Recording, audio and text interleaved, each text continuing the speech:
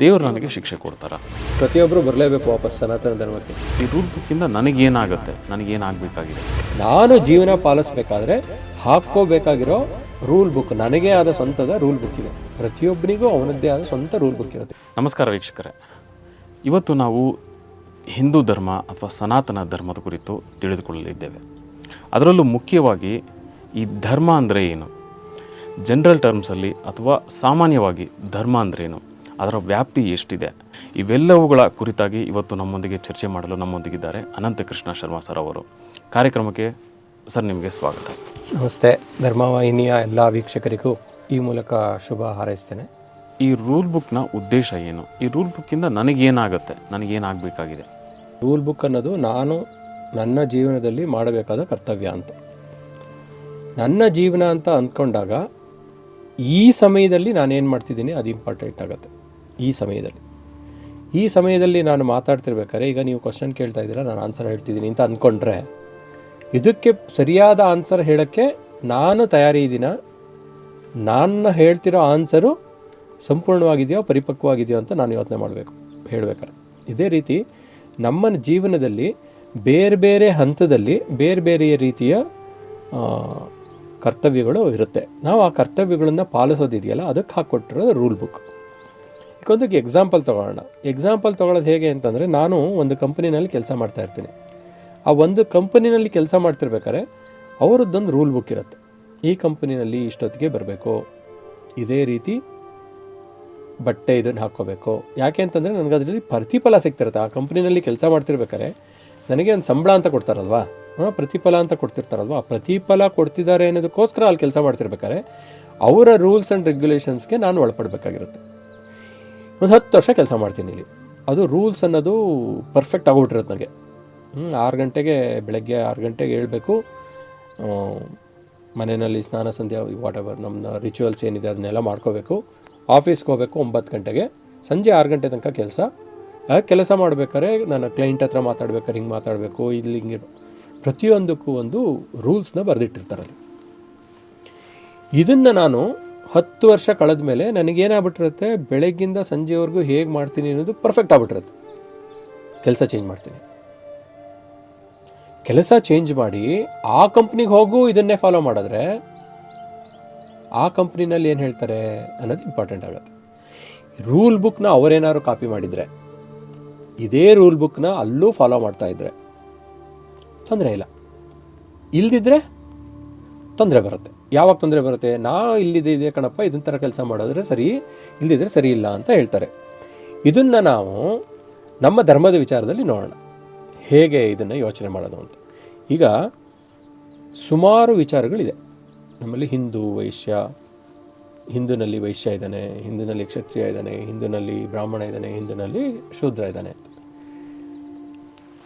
ಈಗ ಕ್ಷತ್ರಿಯನ ಒಂದು ಮನೆ ಇದೆ, ಅವ್ರ ಮನೆಯಲ್ಲಿ ಒಂದು ರೂಲ್ ಫಾಲೋ ಮಾಡ್ತಾ ಇರ್ತಾರೆ. ಅವ್ರ ಜೀವನ ಪದ್ಧತಿ ಅದು. ರೂಲ್ ಅಂದರೆ ಇಷ್ಟು ಜೀವನ ಪದ್ಧತಿ, ಅವ್ರ ಪದ್ಧತಿನ ಒಂದಿಷ್ಟು ಪದ್ಧತಿಗಳನ್ನು ಫಾಲೋ ಮಾಡ್ತಿರ್ತಾರೆ. ಅವರು ಒಂದು 25 ವರ್ಷ ಒಂದು ಮನೆಯಲ್ಲಿ ಇರ್ತಾರೆ. 25 ವರ್ಷ ಇದ್ದುಬಿಟ್ಟು ಆಮೇಲೆ ಬೇರೆ ಧರ್ಮದೊಂದಿಗೆ ಮದುವೆ ಆಗ್ತಾರೆ ಅಂತ ಇಟ್ಕೊಳ್ಳಿ. ನಮ್ದು ಇಲ್ಲಿ ಧರ್ಮ ಅಂತ ತರ್ತಿದ್ದೀನಿ ಅಲ್ಲಿ, ಯಾಕೆ ಅಂತಂದರೆ ನಾವು ಅದನ್ನು ಯೂಸ್ ಮಾಡ್ತೀವಿ. ಈಗ ಹಿಂದೂನಲ್ಲೇ ಬ್ರಾಹ್ಮಣ, ಕ್ಷತ್ರಿಯ, ವೈಶ್ಯ, ಶೂದ್ರನ ಬೇರೆ ಬೇರೆ ಧರ್ಮ ಅಂತ ಅಂದ್ಕೊಂಡ್ಬಿಟ್ರೆ ನಾವು ಹೇಗೆ ತಪ್ಪಾಗುತ್ತೆ ಅನ್ನೋದಕ್ಕೆ ಹೇಳ್ತಾ ಇದ್ದೀನಿ ನಾನು. ಧರ್ಮ ಅನ್ನೋದು ಜಾತಿ ಅಲ್ಲ, ಪದ್ಧತಿ ಅಂತ ತಿಳಿಸ್ಕೊಡೋಕ್ಕೋಸ್ಕರ ಇದನ್ನು ಮಾತಾಡ್ತಾ ಇದ್ದೀನಿ. ಈಗ ನಾನು ಆ ಕ್ಷತ್ರಿಯ ಇದ್ದವನು ಸಡನ್ನಾಗಿ ವೈಶ್ಯನ ಮನೆಗೆ ಬರ್ತಾರೆ ಅಂತ ಇಟ್ಕೊಳ್ಳಿ. 30 ವರ್ಷ ಕಳೆದ ಮೇಲೆ, ಅಲ್ಲಿ 30 ವರ್ಷ ಜೀವನ ಮಾಡಿರ್ತಾರೆ, ಸೀದಾ ಇಲ್ಲಿಗೆ ಬರ್ತಾರೆ. 30 ವರ್ಷ ಬಂದಾಗ ಅಲ್ಲಿ ಫಾಲೋ ಮಾಡ್ತಿರೋ ಪದ್ಧತಿಗಳಿವೆ, ಇಲ್ಲಿ ಫಾಲೋ ಮಾಡೋ ಪದ್ಧತಿಗಳಿಗೂ ವ್ಯತ್ಯಾಸ ಇರುತ್ತೆ. ಆವಾಗ ನಿಮಗೆ ಪ್ರಾಬ್ಲಮ್ ಬರುತ್ತೆ. ಅದೇ ಬ್ರಾಹ್ಮಣನ ಮನೆಗೆ ಕೊಡೋದು ಅಥವಾ ಕ್ಷತ್ರಿಯ ಧರ್ಮದವ್ರನ್ನ ಅವ್ರಿಗೆ ಕೊಡೋದು, ಕೊಟ್ಟಾಗ ಏನಾಗುತ್ತೆ, ಅವರಿಗೆ ಅವರು ಮಾಡುತ್ತಿರೋ ಪದ್ಧತಿ ಇದೆಯಲ್ಲ ಅದು ಸೇಮ್ ಇರುತ್ತಿಲ್ಲೋ, ಏನು ತಿಕ್ಕಾಟ ಬರೋದಿಲ್ಲ. ಯಾವಾಗ ನಮ್ಮ ಪದ್ಧತಿಗಳ ವ್ಯತ್ಯಾಸ ಆಗುತ್ತೋ ಆವಾಗ ನಾವು ಆ ಪದ್ಧತಿಗೆ ಹೊಂದ್ಕೋಬೇಕು. ಫಸ್ಟ್ ಪದ್ಧತಿಗೆ ಹೊಂದ್ಕೊಂಡಾಗ ಏನು ಪ್ರಾಬ್ಲಮ್ ಇಲ್ಲ. ಎಗೇನ್ ದೇ ವಿಲ್ ಅಲ್ಲಿಗೆ ಹೋಗ್ತಾರೆ, ಆ ಪದ್ಧತಿನ ಫಾಲೋ ಮಾಡ್ತಾರೆ ಅಥವಾ ಆ ರೂಲ್ ಬುಕ್ನ ಫಾಲೋ ಮಾಡ್ತಾರೆ, ಮುಂದುವರಿತಾ ಇರುತ್ತೆ ಜೀವನ. ಏನೂ ತೊಂದರೆ ಆಗಲ್ಲ. ಯಾವಾಗ ರೂಲ್ ಬುಕ್ಕು ಇಂಪಾರ್ಟೆಂಟ್ ಆಗುತ್ತೆ ಅಂತಂದರೆ, ನಾವು ಒಂದು ರೂಲ್ ಬುಕ್ಕಿಂದ ಇನ್ನೊಂದು ರೂಲ್ ಬುಕ್ಕಿಗೆ ಯಾವಾಗ ಜಂಪ್ ಮಾಡ್ತೀವೋ ಆವಾಗ ವ್ಯತ್ಯಾಸ ಬರುತ್ತೆ ಹೊರತು ಬೇರೆ ವ್ಯತ್ಯಾಸ ಬರಲ್ಲ. ಇದನ್ನು ಮುಂಚೆನೇ ಮಾತಾಡಿದೆ, ನಮ್ಮ ದೇಶದಲ್ಲಿರೋ ಕಾನೂನು ಬೇರೆ, ಬೇರೆ ದೇಶದಲ್ಲಿರೋ ಕಾನೂನು ಬೇರೆ, ಈ ದೇಶದ ಕಾನೂನನ್ನ ಬೇರೆ ದೇಶದಲ್ಲಿ ನಾನು ಫಾಲೋ ಮಾಡೋಕ್ಕೆ ಬರಲ್ಲ ಅಂತ. ಅವಾಗ ಅದು ರಾಷ್ಟ್ರ ಧರ್ಮ ಅಂತ ಆಗುತ್ತೆ. ಇನ್ನೊಂದು ಇದಕ್ಕೆ ಮುಂಚೆ ಮಾತಾಡಿದೆ ಸಮಾಜ ಧರ್ಮ ಅಂತ ಬರುತ್ತೆ. ಹಾಗೆ ನನಗೆ ಒಂದು ಸ್ವಧರ್ಮ ಅಂತ ಇರುತ್ತೆ. ಸ್ವಧರ್ಮ ಅಂತಂದರೆ ನಾನು ಜೀವನ ಯಾಕೆ ಮಾಡ್ತಾಯಿದ್ದೀನಿ, ನನ್ನ ಜೀವನದ ಉದ್ದೇಶ ಏನು, ನಾನು ಜೀವನ ಪಾಲಿಸ್ಬೇಕಾದ್ರೆ ಹಾಕ್ಕೋಬೇಕಾಗಿರೋ ರೂಲ್ ಬುಕ್, ನನಗೇ ಆದ ಸ್ವಂತದ ರೂಲ್ ಬುಕ್ ಇದೆ. ಪ್ರತಿಯೊಬ್ಬನಿಗೂ ಅವನದ್ದೇ ಆದ ಸ್ವಂತ ರೂಲ್ ಬುಕ್ ಇರುತ್ತೆ. ಯಾಕೆ ರೂಲ್ ಬುಕ್ ಇರುತ್ತೆ ಅಂತಂದರೆ, ಅವನ ಕೊನೆ ನಾನೇನು ಕಾಣಬೇಕು, ನನಗೆ ಮುಕ್ತಿ ಅನ್ನೋದು ಇದೆಯಲ್ಲ, ಅದು ಏನದು, ಯಾವುದರಲ್ಲಿ ಮುಕ್ತಿ ಕಾಣ್ತೀನಿ ನಾನು, ದೈವತ್ವದಲ್ಲಿ ಕಾಣ್ತೀನ, ಪುರುಷತ್ವದಲ್ಲಿ ಕಾಣ್ತೀನ, ಇದ್ರ ಮೇಲೆ ವ್ಯತ್ಯಾಸ ಆಗ್ತಾ ಹೋಗುತ್ತೆ. ಯಾರೋ ಒಬ್ಬ ಹೇಳ್ತಾನೆ ನನಗೆ ದೇವರನ್ನು ಕಾಣೋದೇ ಮೇನು ಅಂತ. ಅವಾಗ ಏನು ಮಾಡ್ತಾನೆ ಅವನು, ತನ್ನ ದೈನಂದಿನ ಇದರಲ್ಲಿ ಅವನು ಊಟ ತಿಂಡಿ ವಿಚಾರಗಳನ್ನು ಬಿಟ್ಟರೆ, ಅಥವಾ ಊಟ ತಿಂಡಿಗೆ ಬೇಕಾಗಿರೋ ದುಡ್ಡು ಹೇಗೆ ಗಳಿಸ್ಬೇಕು ಅನ್ನೋದು ಬಿಟ್ಟರೆ ಮಿಕ್ಕಿದಷ್ಟು ಸಮಯನ ದೇವರಲ್ಲಿ ಕಳೀತಾನೆ. ದೇವರದ ಪೂಜೆ ಪಾಠಗಳೋ ಅದು ಇನ್ನೊಂದೋ ಏನೋ ಹೇಳ್ಕೊಟ್ಟಿದ್ದಾರೆ ಅದ್ರಲ್ಲಿ ಮಾಡ್ತಾನೆ.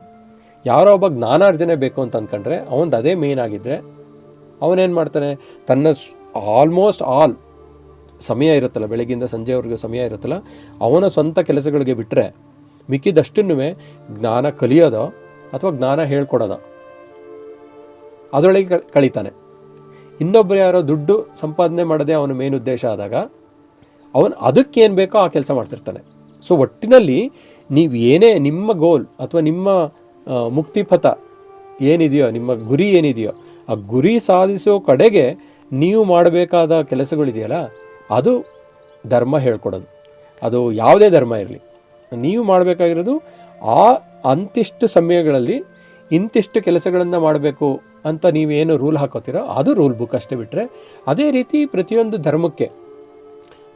ಧರ್ಮ ಅಂತ ಹೇಳಿದಾಗ, ನಾನು ಜಾತಿ ಬಗ್ಗೆ ಮಾತಾಡ್ತಿಲ್ಲ, ಈಗೇನು ಧರ್ಮ ಅಂತ ಹೇಳಿದಾಗ ಅವರವರ ರೋಲ್ ಏನು ಪ್ಲೇ ಮಾಡ್ತಾ ಇರ್ತಾರೆ ಅದಕ್ಕೆ ಬೇಕಾದ ರೂಲ್ಸ್ನ ಫಾಲೋ ಮಾಡೋದೇ ಧರ್ಮ ಅಂತ ನಾವು ಅನ್ಕೋಬೋದು.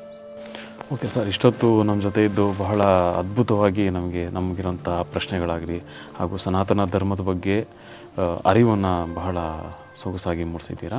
ಮುಂದಿನ ಸಂಚಿಕೆಯಲ್ಲಿ ಮತ್ತಷ್ಟು ವಿಚಾರಗಳನ್ನು ತಿಳ್ಕೊಳ್ಳೋಣ. ನೀವು ಇಲ್ಲಿ ಬಂದು ನಮ್ಮ ಜೊತೆ ಸಮಯ ಕಳೆದಿದ್ದಕ್ಕೆ ತಮಗೆ ಧನ್ಯವಾದಗಳು. ಧನ್ಯವಾದ ಎಲ್ಲ ವೀಕ್ಷಕರಿಗೆ. ನಾನು ಹೇಳಿದ ವಿಚಾರಗಳಲ್ಲಿ ಎಷ್ಟನ್ನು ಪಾಲಿಸ್ಬೋದು, ಎಷ್ಟನ್ನು ಪಾಲಿಸೋಕ್ಕಾಗಲ್ಲ ಅನ್ನೋದು ಅವರವರೇ ನೋಡ್ಕೋಬೇಕಾಗಿರುತ್ತೆ. ಯಾಕೆಂದರೆ ಅದು ಸ್ವಧರ್ಮಕ್ಕೆ ಒಳಪಟ್ಟಿರುತ್ತೆ. ಇದನ್ನು ಮಾಡಿದಾಗ ಜೊತೆಗೆ ನಾವು ಏನೇನು ರೋಲ್ಸಲ್ಲಿ ನಾವು ಇರ್ತೀವೋ, ಯಾವ್ಯಾವ ರೋಲ್ಸಲ್ಲಿ ನಾವು ಕೆಲಸ ಮಾಡ್ತಿರ್ತೀವೋ ಅದರದ್ದೇ ಆದ ಧರ್ಮವನ್ನು ಪಾಲಿಸಿದ್ರೆ ಯಾವ ಧರ್ಮವನ್ನು ಪಾಲಿಸ್ದಲೇ ಇರೋ ಇದು ಬರಲ್ಲ. ಪ್ರತಿಯೊಬ್ಬರಿಗೂ ಒಳ್ಳೆಯದಾಗಲಿ. ಧನ್ಯವಾದ. ನೋಡಿದ್ರಲ್ಲ ವೀಕ್ಷಕರೇ, ನಮ್ಮ ಧರ್ಮ ನಮ್ಮ ಹೆಮ್ಮೆ ಕಾರ್ಯಕ್ರಮದಲ್ಲಿ ನಾವು ಸಾಕಷ್ಟು ವಿಚಾರಗಳನ್ನು ತಿಳ್ಕೊಂಡಿದ್ದೀವಿ. ಮುಂದಿನ ಸಂಚಿಕೆಯಲ್ಲಿ ಮತ್ತಷ್ಟು ವಿಶೇಷ ವಿಚಾರಗಳನ್ನು ತಿಳಿದುಕೊಳ್ಳೋಣ. ಅಲ್ಲಿವರೆಗೂ ಧನ್ಯವಾದಗಳು.